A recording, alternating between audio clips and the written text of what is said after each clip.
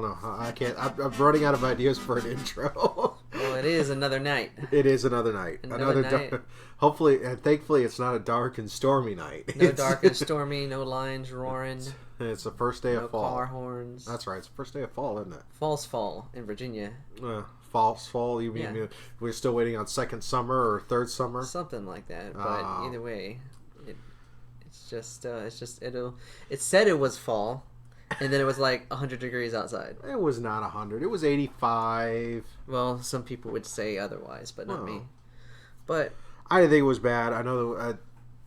Thankfully, no more storms right now. It's just a nice, quiet night in Hampton Roads. Quiet night here. Another podcast for Scuba and the Ry. Yep, Scuba and the Ry. So, the Ry guy, as by the suggestion from somebody we know. I had to make sure we capitalized the T for the because because I got a super big ego in a short frame. Well, you are the one at one point who was kicking chairs because you were angry. Kicking chairs and telling franchisees to shove it. And then they would listen to me. That will never get old. Whatever you think you heard, you're wrong. Yes. The forever quote. It's been solidified. Yes. It's forever and after. Well, so what have you been up to? Just been chilling, but there's been various interesting things, fun things, good things. Yeah. Saturday, we celebrated my girlfriend Angelica's mom's birthday at the house. Had like a pseudo Korean fest.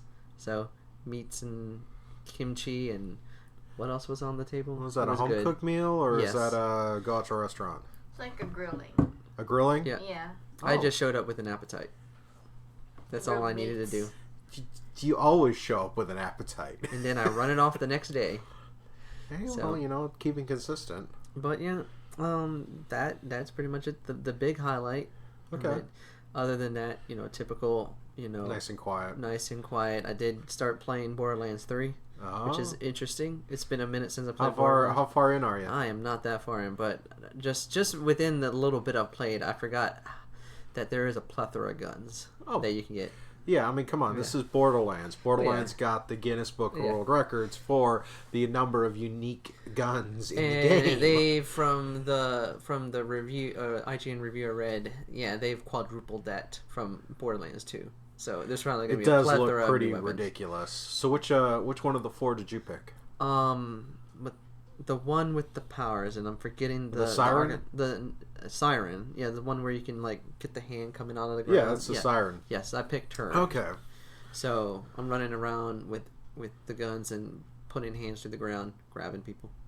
So, but something interesting, I had to redo my website because it decided to break.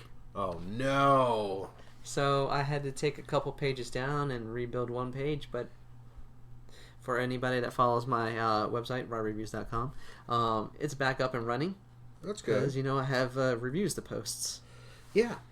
That was something I actually forgot to put in my notes. Let's see. Yeah.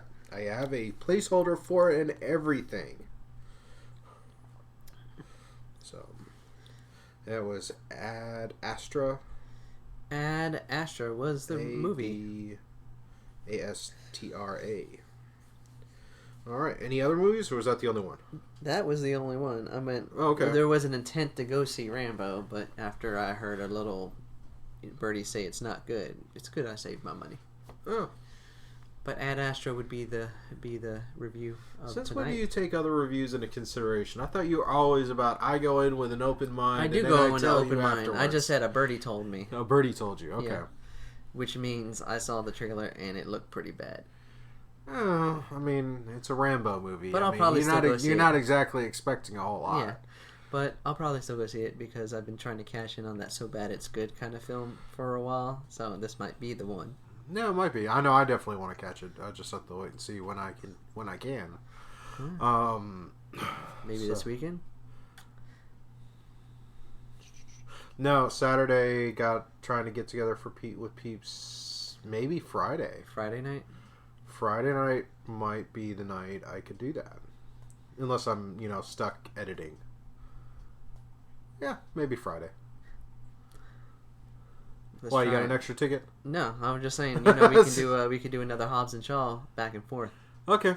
Yeah, I mean, that was always, I like that. I'm hoping, as we grow in our popularity, I could do that more. From 2 to 3 people, Hey, we have the podcast up on Podbean. It is being released on Sundays. Yes. And we do have several followers via Podbean. Yeah. Like and share, spread the word, people. Yes. The Facebook page is up. I mean, I guess they're leading into my week has just been getting our launch started. Oh yeah, you've done a very good job on it because you've been pushing out them episodes real quick. Oh yeah, I just needed that. It's like I had so much of this stuff in pieces all over the place, and now it's turning all the switches on. Oh yeah, and seeing how the load is working.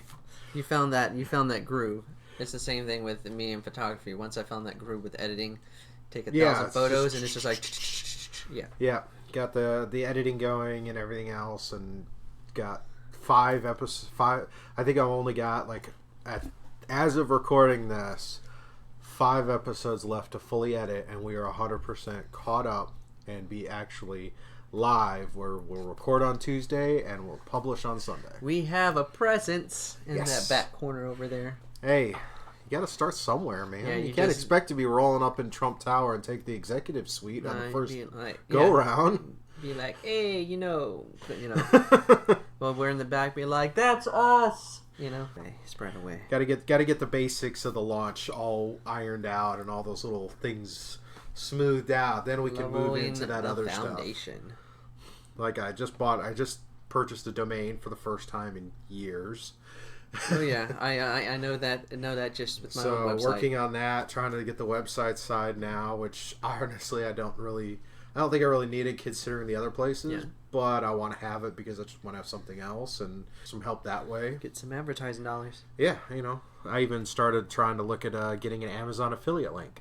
Hey, are you familiar with that program? I have a couple books through Amazon, but I'm not big on knowing that. The affiliate link is something that several makers and crafters I follow do. Okay. It's if you use that link and then just shop through Amazon like you normally would. Yes.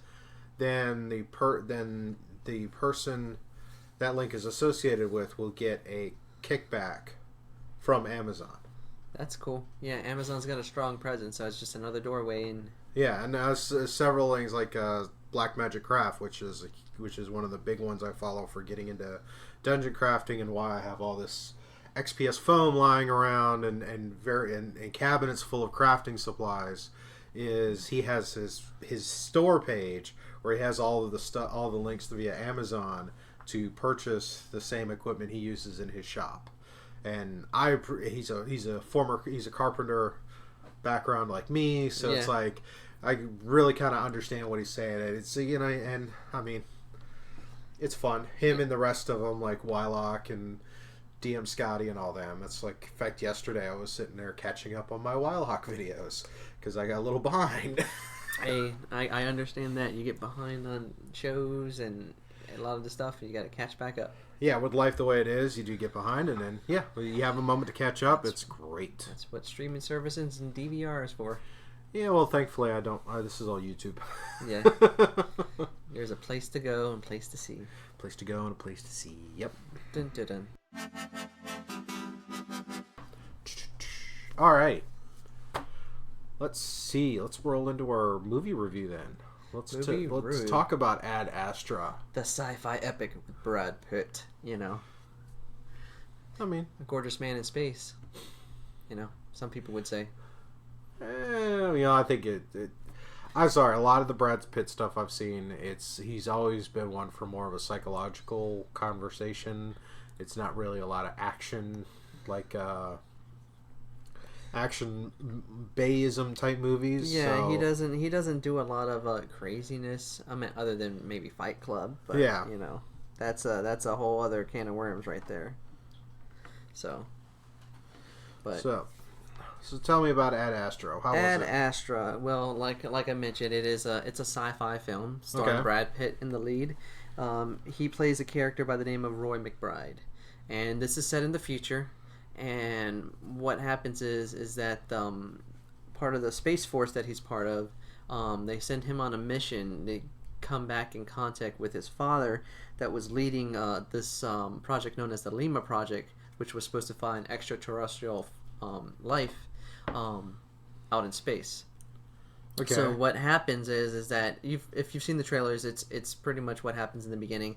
There's this big shockwave that goes through the solar system and knocks out, does some damage to Earth and a lot of electrical equipment.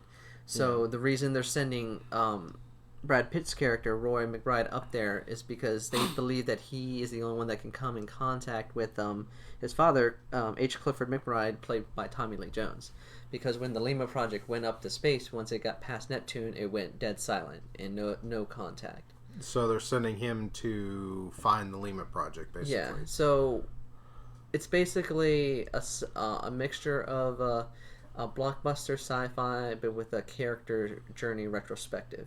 Okay. Because it plays on the themes of human isolationism, but also the father-son dynamic. Because when Clifford McBride went on this mission, Roy McBride was a kid, so he's been gone out of his life for like 26 plus years. Basically, the entire growing up. Oh yeah. So what it happens is that James Gray, who's the director, he goes ahead and he pushes the boundaries of the basic genre of a sci-fi. So there's a lot of traditional elements you will see with sci-fi. You know, you have advanced technology, you go from planet to planet. There's some kind of destructions and some fights and some ornery things. But this plays more in the vein of like a Stanley Kubrick film, where it's more of not psychological, but more of a ideological look at things, but with a simplistic story of the father and son. Okay. So the story is just pretty straightforward, but what makes the film great is in that straightforwardness, because the simplicity allows you to go along with the character as Brad Pitt goes from place to place, because he goes from Earth to Moon to Mars, and then eventually goes to Neptune to go find his father. So you don't really get an idea of the world and the surroundings of the space. It's all kind of ominous, but it's done through a point of focusing on Brad Pitt's character, and you watch his growth of. He has some emotional flaws. He has some emotional baggage, but they never force feed it to you. They never like over explain it. They leave it for you to find it yourself. Okay. So it actually doesn't play the audience dumb. They give the audience visuals and minimalist interaction so that you come to find the truth of what the mission is. Okay. So it's what I like to call this kind of movie is a thinking man movie. So it's not. It doesn't explain to. It doesn't give you force feed you anything. You have to see the imagery, see the ideas, and see what the characters are going for. All right. So it's a more thought-provoking movie with the sci-fi covering on top of it. So this is a singular person on a space mission. Yes. And it's not what you think it is from the start. Like I said, it gives you an imagery of a blockbuster. So there's some like action scene and some like intense like space terror moments, because if you're in space, there's a lot of it's space. So there's a death behind every right, so, doorway. So let me ask you, how does this differ from the last three that have the same similar premise? And which three films are you pointing at? I'll name them. And there's a fourth one just because you mentioned Kubrick, but let's talk Interstellar, let's talk Gravity, let's talk The Martian, and then 2001: A Space Odyssey. Yeah. All of these films sound very similar to what I'm seeing looking at the trailer for Ad Astra. Yeah. So I'm pretty sure you've seen all four of these. I've seen all four of the films. Okay, and so tell me how this is how does this differentiate aside from this is a different cast and a different director than the previous 4. How it differentiate is like out of those 4 films, it has a more deeper, complex story and meaning. So what drives this film is that straightforward story of this man trying to reconnect with his father. So what's the source material? Is this a completely a unique script, or yeah? Is this this is this is no adaptation. This is a straightforward original screenplay. But those 4 films you mentioned were part inspired. The director was part inspired by those films. Okay. So he wanted to give the complexion of those kind of effects that plays with your mind, but he wanted to play it against a very simple, straightforward story. Okay. So that way you as the audience get to live through this journey. You have a human connection with what's going on within this space setting. Okay. So the reason the film struck with me is because of the characterization of Roy McBride and the very subdued minimalist interaction that he has. And it pushes up what makes acting great is that when you don't over-explain things, you don't have to, give a whole lot of exposition, a whole lot of setup. Everything is just done visually or through the subdued acting. Okay. Either with, because he interacts with a few people throughout the film. Everybody through an actor, Donald Sutherland, Ruth Negga plays the director on Mars, and then Tommy Lee Jones when he interacts. So the topping on the cake is when he finally comes in contact with his father, because you think might happen because supposedly he's the hero turned bad, but when he actually comes in contact with him, it's not what you expect. Okay. So, and I'm not going to go too far because I don't want to spoil it. Let's save that for later. But it puts a topping on the cake of that journey and of that father and son interaction for the first time in like 3 decades. But there's a meaning to exploration. Going beyond your limits sometimes isn't as worth it as it seems. And sometimes finding the truth can be found within. And that's what this story plays on. Okay. So that's why the complementary of the space epic with this simplistic story makes it such a wonderful achievement in directing. Well, I mean, at this point, you kind of have to do space as this, because you could do this as a period piece of back in the early days, or the golden age of sailing. Yeah. When the world was still mostly undiscovered or unconnected. So yeah, that's what the aim of the director was going for. It's like those films was a great pinpoint, because those films go deeper, go more sci-fi-ish, or more more ominous ambiguity, where he understands that concept, but he applies it with a very simple story of a boy searching for his father. Well, I mean, and that the fact is, like, the Martian, Gravity, and Interstellar, all of them have a singular character that is the focus and survival and this journey of personal growth despite adversity. All 3 of those films definitely are one of my my top tier. So then I put this up near that because it's like every couple years there's that one sci-fi film that just pulls me in. And so what did this fall on the rating? On the rating, I gave it a 4.5 out of 5 because is award worthy kind of film. Because what awards do you think this would be worthy of? This film, I think the 3 things I think it could go up for is cinematography, because the cinematography in this film is gorgeous. Okay. Acting for best actor for Brad Pitt, because if you've seen Brad Pitt's films, like, he has a certain suave or persona he does in a lot of films, everything from Fight Club to Mr. and Mrs. Smith, to a few Snatch, Legend of the Fall. He has a certain aura about him, and why I think he could get a nod for best actor is because he takes a different approach. He is very subdued, he's very introspective, and he's just very minimalist with everything going on. and the acting is done by the look. Like if you watch him, it's through that. It's through the facial expression. And another award I think could be, it's another best cinematography, best actor, and maybe original screenplay. Okay. Yeah. Guess we'll have to wait to see what happens at Oscar time to see what the nominations are. Yeah, so it got 4.5. It's really high on my list. So I imagine we'll probably see this in the top 5 or the top 10 for 2019. Top 10, honorable mention.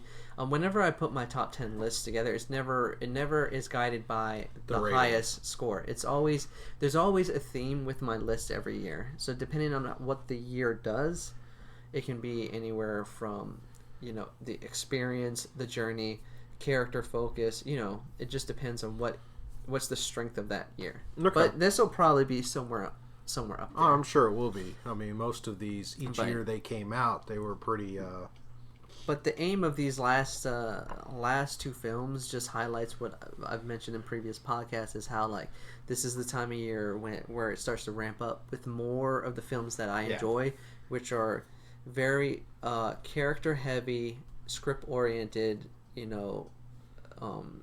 humanistic style stories that drive you to enjoy the journey as much as the spectacle. Okay. I mean, of course, there's some big ones, big names coming up the rest of the year, but you start to see more of those story-driven stories, which another few are starting to litter out through the next couple weeks, like Joker. But yeah, that one will be fun to watch. All right.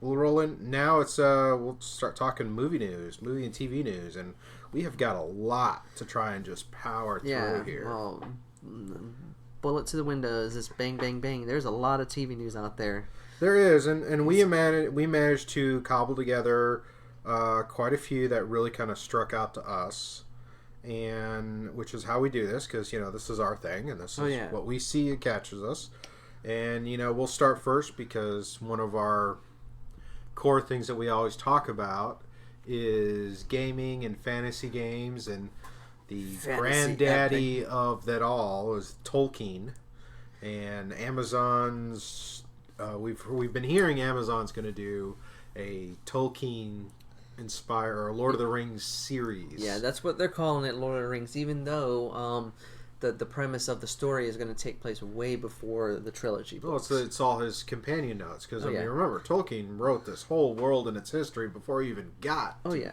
Lord of the Rings. And this series is a dream come true for me, because what Amazon is doing with this Lord of the Rings series is basing it off the Second Age, which has a lot of lore to itself, but not a lot of stories written in that era.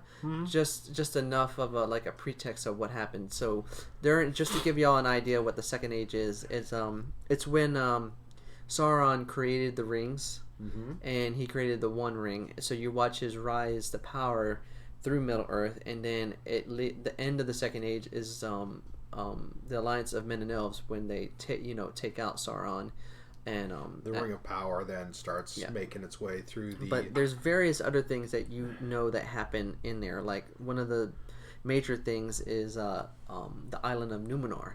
And if you know what the island of Numenor is, for all you Lord of the Rings geeks out there, it's the island where the men were on for a good period of time. And then Sauron, when he first got driven out of Middle Earth, he corrupted the king there, and he talked them into trying to invade the elves' homeland, and that's when the destruction of men fell. But also another tidbit about Numenor that's tied to the heritage of Aragorn. So, because he's descendant of that line, which are extremely long lived. Yeah, they're long-lived humans, and that ties even further back to the First Age. But we're going to dabble further on a different podcast on that. Yeah, we could definitely go into that, but because of this, because you're obviously very passionate about this. Oh, I'm very passionate about Lord of the Rings. Amazon announced where they're going to be filming this new series. For all you excited nerd geeks out there, they're going back to New Zealand.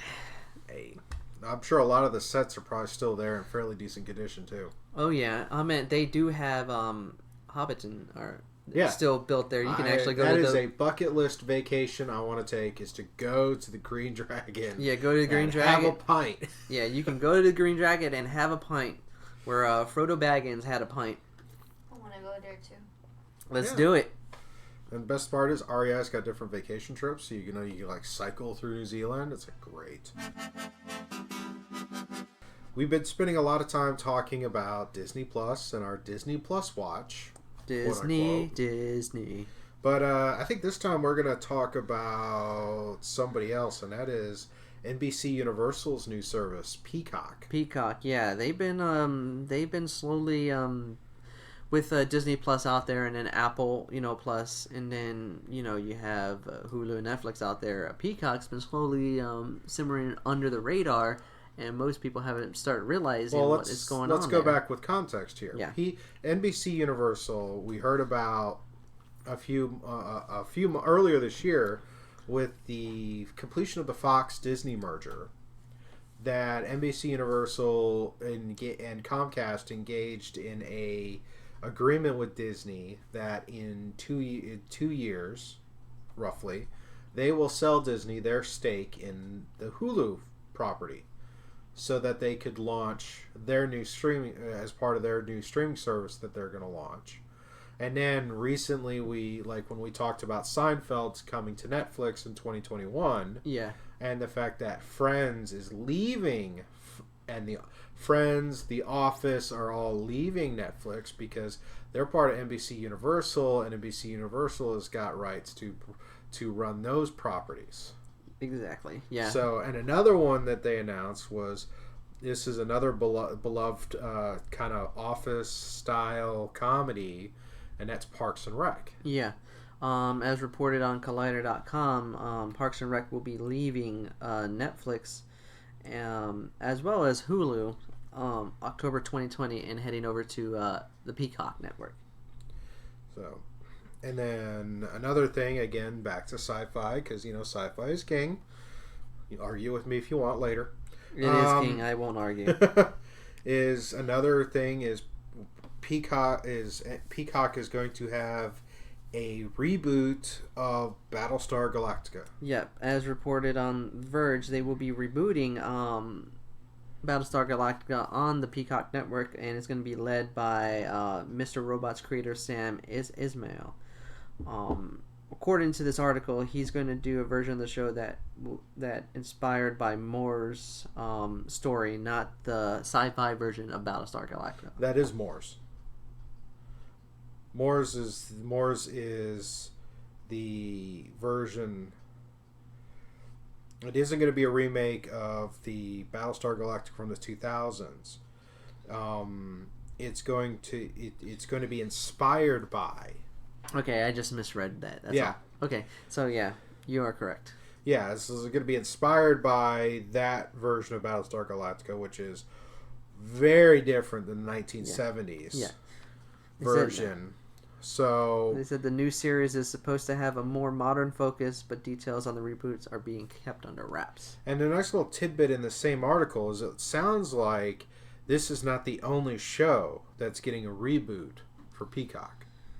They're good. It sounds like there's going to be some more. And also for this same particular showrunner, he also is doing a show For All Mankind, which is going to be on the Apple Plus network. And this one is that space race from a different perspective. This For All Mankind, from what I understand of it, is we all know the space race with Buzz Aldrin and Neil Armstrong and all them going to the moon, and the U.S. made it to the moon first. Well, what if Russia did? Russia made it to the moon first. And USS that is what For All Mankind is looking at. So that should be an interesting show too. Well, but, yeah. So just to give context, PeaCock, NBC's Universal streaming service, will be launching April 2020. So not too long before they strip away spring. Yeah. And just to think about it is that the more and more of these networks that are starting their own streaming service, it's going to be hard sell for people to cut the cord and go to streaming service, because once everything starts to stack up, it's going to be almost equivalent to a basic package. Yeah, and that's the thing is, and I've noticed that right now with my current TV stuff, is several of the different stations that have streaming functionality, is they're asking who is your TV provider. If not, you have to pay for access to their stream content. Yeah. So it's you might see that where the cable company is like, all right, we will bundle all of these channels and you can watch them as the only way to try and stay relevant as far as the cable side, because they definitely still have it for the internet side, because cutting your cord is, it's like, wait a minute, you still need internet. Yeah. So you can't exist on the cell networks yet. Yeah, a lot of people don't understand cutting cord. It might be good right now, but then with all these streaming service stack to stack, so say like the average subscription is going to be like $8.99. I'm just throwing a number out there. You times that by 5, 6, 7, it's going to start stacking up. It is. It's going to stack up immensely, and then it's like, okay. This is something that a lot of people foresaw a while ago when Netflix started their streaming services. It's then you have these services like Sling, which is let you purchase the channels you want to watch. Yeah. So we're going to have more of that. The Fire Stick, like you said, if you have a subscription to like, let's say like Cox or Verizon, you can access all the apps as long as it's like, what is your cable provider? Exactly. So in the long run, how much of a benefit are some of these streaming services going to have, and how long are they going to last? That's what it's going to start to. Well, we'll see what happens with the cable companies and how they negotiate this to try and keep a part of things. So yeah. So speaking about the strugglings of streaming service. Oh yeah, okay, we'll skip down to that one. So linking to Netflix losing shows to PeaCock. Oh yeah, they're losing a lot more than just shows. But as reported on CNBC, Netflix went into the negative after a 46% gain. So some key points here is that they believe that because the 46% gain they had, it dropped because of some amalgamation of various things. Losing shows like The Office, Friends, Parks and Rec. The international subscriber ads weren't as strong in the second quarter. And also the competition growing high with Apple, Disney, and NBC creating their streaming services. So they said this trifecta is what's caused the stock drop. Remember the old show? I could say it's old because, it's early 2000s. And that is the Boondocks. Yeah. As reported on IGN. I remember catching parts of the Boondocks.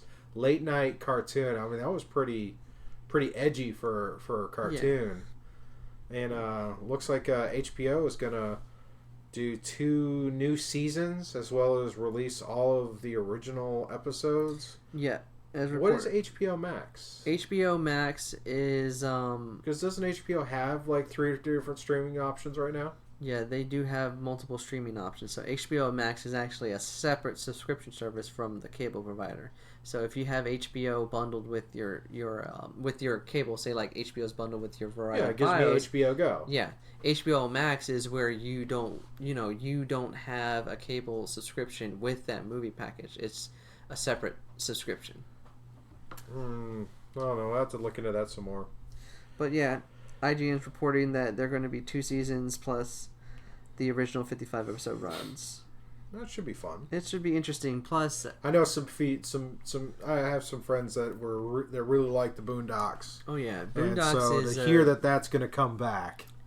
It did put it played a lot against a lot of social commentary, but the satire in that show was so great that anyone could enjoy. And the fact that it's going to HBO, which there's no limit to what they can do on HBO.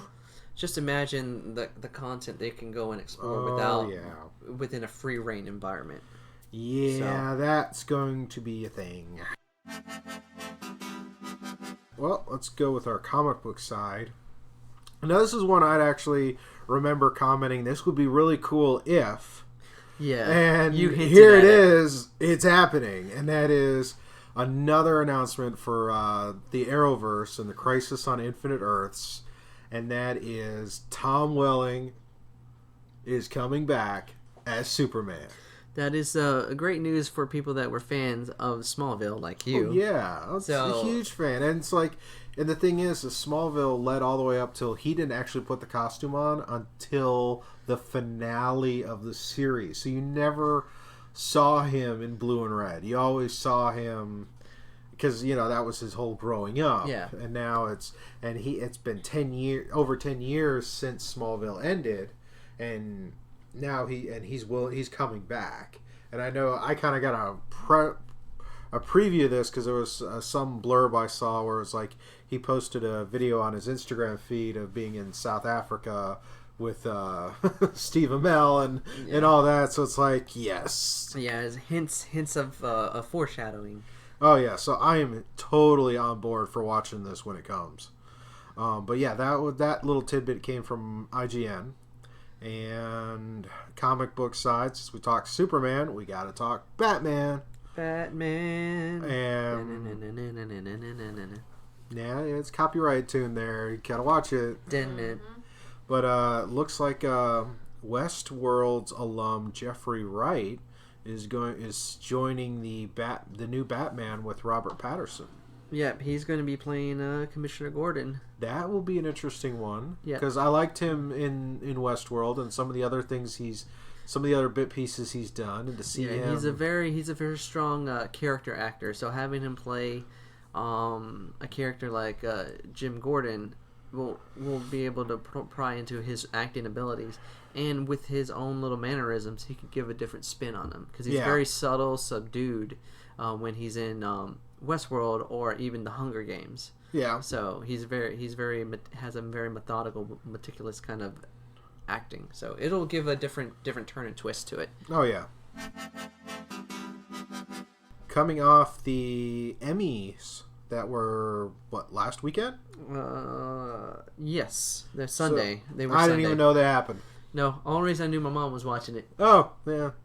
Didn't this call back to an earlier episode where we talked about how award shows just don't attract a lot of attention? I just watched the Oscars because I'm a big movie fan, but other than that, I don't pay attention to half of them. But again, we're watching the Emmys, and this is like, I'm sorry, I'm gonna make the reference. This is a lot like watching a Packers game, or not a Packers game, but a Patriots game. Yeah. You know what's gonna happen at the end. Why are you watching? Oh yeah. The Emmys, no surprise. Game of Thrones swept the Emmys and came away with the best drama. Yeah, best drama series, which is the creme de la creme of the award shows. It's like, do we not? And I'm sure that just reignites the whole debate on season 8. Yeah. And what? But again, so who in the world is surprised that Game of Thrones swept the Emmys? So jumping into context with that, so let's do a deep dive on this. It's like, all right, we got a few minutes. Deep dive. So we talked about season 8 of Game of Thrones a while back, and we talked about how it was a very divisive season. It was also very short. Very short. A lot you could tell the sacrifices they made. Yeah, there was a lot of sacrifices that were made to make just all that story within 6 episodes. Yes. And I keep going back to the point that if it was a full season, the ideas that they presented in there would not be as criticized as they were. Oh yeah. Because the thing is, everything that built up in season 8, it was foreshadowed in the past 7 seasons. Oh yeah, we all know the foreshadowing, but it's the fact that we were all wanting to see the progression play out, not we're just going to skip ahead to the end result. So what they had to do, Weiss and crew, Weiss and Benoff, they were given these many episodes by HBO. So they had to make that story work. So a lot of the streamlining was because of that. So, and also filming locations and getting all those actors and actresses back together, that's what factored into the short season. So a lot of people can complain that it was their fault, but in actuality, they made it work. They made it work best as they could, and they did a really good job because they swept The Emmys. Yes. For the last time. Yeah. But I think it plays more into the fact that this is one of those like top cherry on top kind of thing, kind of like a Return of the King winning Best Picture that year. It was a completion of the whole trilogy. Like it was a crowning achievement of what Peter Jackson did, adapting you're those kind of 3 novels. It to so happen. what this award means is it's the topping on the cake for a series that has been a phenomenon for years, and gave us some of the best television that people will see for years to come. So that's probably more or less for the whole series instead of just season 8. Okay, I could see that. Yeah, that's how people should see it. I guess we'll see how they do when the prequels start launching. Oh, I can't wait for them. That's going to be exciting. More to come with dragons. Yep. Fire. After TV and movies, we got some game and tech news. Few and far between, but they are. Four little items here, and then we kind of just see where we're sitting. So let's go with. Oh no, you pick. Which one do you want to? Which one shall we start? Flip the coin and let's celebrate a birthday. Yeah, let's do that. September 23rd, 1889, a little company was started in Japan. What company was that? Supposedly, it's a company named Nintendo. Yes. So Nintendo Koppai. I probably screwed up the pronunciation. Please don't crucify me for it. But yeah, and it was trading. It was cards. Yeah, when Nintendo started, it was trading cards. Yeah, and actually, it was playing cards, not trading cards. Playing cards. Correction. Playing cards. But it just shows you how the evolution of a company where the evolution of a company that is so well recognized today, how it started in a very very small niche way, just cards, and now they are a conglomerate of iconic proportions. The funny thing is there's a comment in here. It's like when the company, and this is straight off the article from Kotaku, when the company was first founded, Nintendo made Hanafuda playing cards. It was only 3 years earlier that the Japanese government legalized the cards, which were a favorite of gamblers. Gambling cards. Nintendo taking gambles. Hey, sounds like It sounds like, their DNA and from their DNA but you know what? Their gambles have paid off. Some of them haven't, but enough of them paid off to where they set standards. Yeah. They use the dealing to build it up. Yes. Straight out of Japan. And, well, we have a great thing with that. Let's counterbalance it with some sad news if you are a fan of BioWare's Anthem. Yeah, it's been reported on IGN that BioWare is abandoning any post-launch plans for the current version of Anthem. Sounds like they're going back to the drawing board reading that. It seems like there was enough criticism of the core mechanics of the game that they're like, all right, let's go back to that. Let's not complete the game. So basically they put all post-launch plans on hold because they need to focus back on the core issues that are surrounding the gameplay. Which I don't know because I'm not playing the game, but from what I've heard, it's pretty broken. Well, I know it's 4-player co-op, but it's like I have to see what a few friends have said. I personally haven't a chance to play it, but I remember BioWare ditched Mass Effect for Anthem, and now they're ditching Anthem. Yeah. So maybe this is karma coming back at them? It could be. It'd be better if they could ever make a sequel to Jade Empire. That was a great game on Xbox. Well, that's fair. Yeah. Sequels are good. Yes. All right. So since we're leading into that, since we talked about, some shortcomings or whatever, it leads right over to tech side. And we got a positive announcement and a kind of meh announcement. Maybe a negative, depending on who you are. The positive thing is the Wi-Fi Alliance, the organization that oversees the implementation of the Wi-Fi standard, has come out with a new version. Yeah, Wi-Fi 6 is ready to go. Now, this one, obviously, for a layman, is not going to be overly exciting, but for our tech guys, this is supposedly a better compression rate for the signal transfer, and more data, faster data. It boosts speeds, and according to the article on The Verge, it increasing to 9.6 Gbps from 3.5 Gbps. It sounds like a good jump to me. Sounds like it. We'll see how it is in practice. Buffering. Yeah. Yeah. Buffer my life. All right, and our last bit of news, and this is something that I came across today, is the Kik Messenger. If for those of you who aren't familiar, Kik is another messenger app, kind of like Facebook Messenger, AOL Messenger back in the day, whatever. AIM. Yeah, this was one of those things. You could start chat rooms and do chat rooms. I know it's a dying art. Well, yeah. Their CEO has announced that they are going to be shutting down Kik Messenger. Sadness in the group chats. Yeah, I had a couple of groups or been a part of a few groups on there, and have one I'm currently the quote-unquote owner of for like a year now. And it's like, whoa, this kind of came out of left field. But the thing that really got me was the reason they're shutting down Kik is not because the app is bad. It is not because the app has poor usage. It is because the company is in the midst of legal battles with the SEC over its kin cryptocurrency. So they are dialing down so they can invest in this legal battle over their cryptocurrency.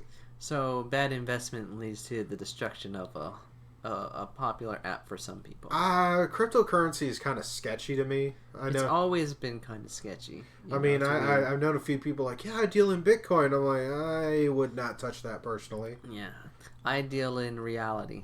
Well, especially when you start looking at cryptocurrency being a lot of investigation, like this is how some questionable organizations are using cryptocurrency to finance their activities, and it's like, no, I think I'm just going to stay away from that. Yeah, it's something that I know a few people that have invested in, done a little bit of trading on there, and I'm just like, no, I'm like, I know we've advised family. I know we've advised family members to get out and get out now. Yeah, and so, but cryptocurrency is cryptocurrency, and it's here to stay in some shape. It's all part of that whole digital currency type thing where it's like you're not tracking anything behind it. So it seems like it's too ripe for, it's too Wild West even for me, and I'm at that point. I want my finances to be structured and above board. Yeah, you want your money just to build and get to where you need to be. Yeah, so paradise. Yeah. It's all our new stuff and all our topics. Well, we just kind of ran through all those topics. Super speed. Yeah. Let's see. Well, I haven't done a field report in a few weeks for the airsoft field. And was out there. And, it was another good day. The temperature's finally starting to drop, so the humidity's not so bad, so goggles aren't fogging up. That's the one thing I'm appreciating. Even though it's warm, it's not humid. No. That's the great. Greatness. I think this is that point where, like, these summer hibernators who don't go out to the field because they don't want it's too hot and whatnot, they're starting to come out and getting ready, gearing up for a couple of the events in October. So more people, more shooting. Well, probably not in that same context, but more people getting together and having fun out in the woods. Yeah. So team players. I know one thing is a lot of snake sightings, though. A lot of snake sightings. I don't like snakes. Yeah, well, I think that's getting addressed, so I'm not going to worry about it. We leave them alone, they leave us alone, everybody's happy. It's a mutual. It's like, I see you, you see me, you're good over there. Yeah, we're good. Yeah, we're good. But yeah, we're good. Stay over there. Gameplay over the weekend was fun. I was going to go out and play on Sunday. Really? Yes. I had actually got all my stuff loaded, got on the kit to go out and play. Stopped and got gas, stopped at the bank, stopped at the store to get breakfast, stopped at another store to pick something up, and my dad calls. It's like, what's up? He's like, what you doing? You on the field today? It's like, no, I'm not working out there, but I'm going out there to play and goof off. Why? Do you need help? I'm like, I'd like some. Okay. What? And it's like, could you bring the trailer? It's like, okay. So it's like my Sunday plans got rearranged. Like, by the way, blah blah blah blah blah blah. Well, he's got a shed that's kind of rotting away, and he wants to repair it. And he's now in that retirement stuff, so he's doing this, keep busy, and a lot of it was just he wanted someone to come and conversate and help out. So it's like, all right, well, it's been a minute since I was over there to hang out, so it wasn't too terrible. Yeah. Did that, and then of course we had our Sunday game with Agents of Short last week. The best name in the world. Oh my god, I love that name. Yeah, that was good. We continued on with the Manor. We got through the Manor, and then it was defeated the bad guy who was in the Manor, who got just torn up. And then the authorities came. And it was like the rest of my party just scattered because the authorities were coming. I stayed there personally because it's like it felt like it would be a bad idea to run away. And actually talked my way out of any charges. Hey, the City Watch. Charisma and suave can work. It works. I mean, it has a few moments, but it was more of an RP. It was a little bit of combat stuff. But it was one of those, it was a good session. Everybody had fun, and we progressed through the story. Some of the hijinks was Top Shelf's new character. He threw his he rigged up this kunai and chain because he had this obsession with making a scorpion style character in the game. They're inspired by, and he threw it. He lost control of it, failed to go back and pick it up, threw another weapon, failed to retrieve it. So then when the authorities came, it was like CSI Waterdeep edition. So it's like, and my character, the party has realized is the quote unquote lawyer. So with a new expansion book, Acquisitions Incorporated, there's a character called the Documancer. Documancer. This is a person who controls all the documents and contracts, and our thing we've been playing is I'm the one who writes all the contracts for everything. So it's like, you will be doing this forever. And it's like, the DM's like, hey, the authorities come and they do this. What do you do? It's like, and I just look at him. It's like, and I tell him, and he goes, okay, that was awesome. Wow, yeah, you're the lawyer. Let you write. Let me handle all the proceedings. But it was a good session. And so next thing up is Teens on Parade is in a couple of weeks. We'll see what they do with the ship that has landed in the desert. Yeah. Scamper and scour, or just take out some people. Something. I'll have to come up with that, which I'm sure we'll talk about. So Neptune Festival is this weekend over in Virginia Beach. All right. So definitely going to do that. And Saturday, going to get together over at a local brewery to hang out for a Saturday evening. I'll show up. That's good. I'll text you the time and everything. Before we shift over to our Patreon bonus section, let's actually do a first and actually talk about our contact info. Okay. So that people are hearing this and they can, start looking for us and giving us shout outs and following. Let's see. First thing up is me. You can find me on Twitter at SavanCod, SAVANCOD. That is the SGC studio and where my presence is. And for you, Ry, where can we find you? You can find me on Instagram at IncubusTrav. Message me, follow me. Got plenty of pictures. I got links in the show notes and all that, which hopefully some of y'all seen. Also, as I said, we do have a Patreon up. Patreon.com/Scuba Studio if you want to support the channel that way. And if you do support via Patreon, you're going to get extended versions of the episodes and bonus content. Exclusives. Like kind of what we're going to go into now, which will be another 20 minutes or so of chit-chatting about whatever comes to mind. Yeah. So that randomness. Yeah. Guess with that, we'll go ahead and sign off for the night, and we'll get together again next week and do it again. Later.